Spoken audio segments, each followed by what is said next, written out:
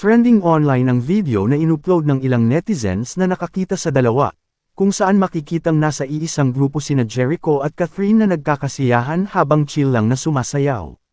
Bukod dito, nag-viral din ang post ng TikTok user na si Jenny Kim, with crowns ang username nito, kung saan ibinahagi niyang nakita niya sina Jericho at Catherine na magkasamang nagja-jogging. Hindi naman maiwasan ng netizens na kiligin dahil sa hindi maikakailang chemistry at sparks, umano nina Jericho at Catherine. Matatandaang sa kasagsagan ng hiwalayan ni Catherine at Daniel Padilla noong nakaraang taon, inamin ni Jericho na gusto niyang may pares bilang leading man ni Catherine.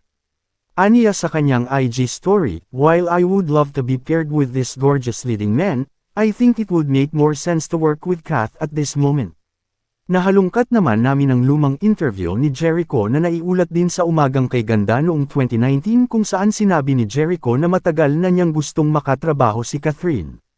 Biro pa nga ni Jericho na naunahan umano siya ng kapuso aktor na si Alden Richards na katambal ni Catherine sa pelikulang Hello, Love, Goodbye noong 2019.